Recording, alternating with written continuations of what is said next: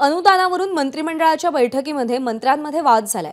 उपमुख्यमंत्री अजित पवार आणि महसूल मंत्री राधाकृष्ण विखे पाटील यांच्यामध्ये हा वाद झालाय।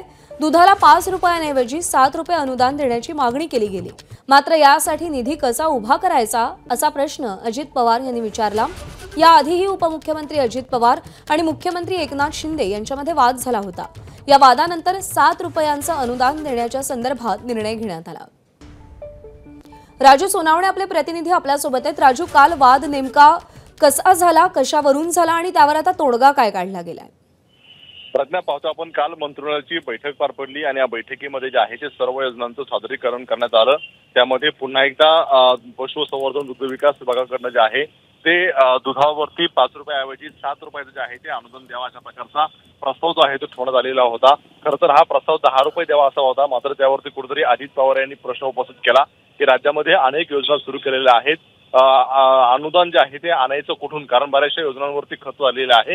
राज्याच्या तिजोरीचा विचार करता याच्यावरती अनुदान देणं हे उचित नाही अशा प्रकारची भूमिका होती आणि त्यामुळे कुठेतरी अजित पवार आणि राधाकृष्ण विखे पाटील जे महसूल मंत्री आहे यांच्यामध्ये काही प्रमाणामध्ये वाद होताना पाहायला मिळाला। काही मंत्र्यांचं म्हणणं होतं का जो काय आपत्कालीन फंड ठेवलेला आहे त्याचाही वापर करण्यात यावा, मात्र याला संपूर्णपणे स्पष्ट नकार दिला।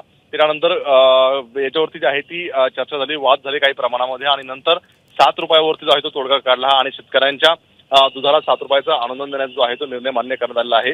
खरं तर आगामी विधानसभेच्या निवडणुका आहेत आणि या पार्श्वभूमीवरती अनेक योजनांचा पाऊस सरकार पाडते, त्यामुळे राज्याच्या तिजोरीमध्ये खडखडाट आहे आणि मागच्या कॅबिनेटला सुद्धा अशाच प्रकारचा वाद पाहायला मिळाला होता। कालच्या मंत्रिमंडळाच्या बैठकीत सुद्धा बरोबर आहे, निधी वाटपावरून आपल्याला हा वाद होताना सातत्याने पाहायला मिळतोय। अजित पवार यांच्या भूमिकेवर नाराजी व्यक्त केली आहे राधाकृष्ण विखे पाटील यांनी।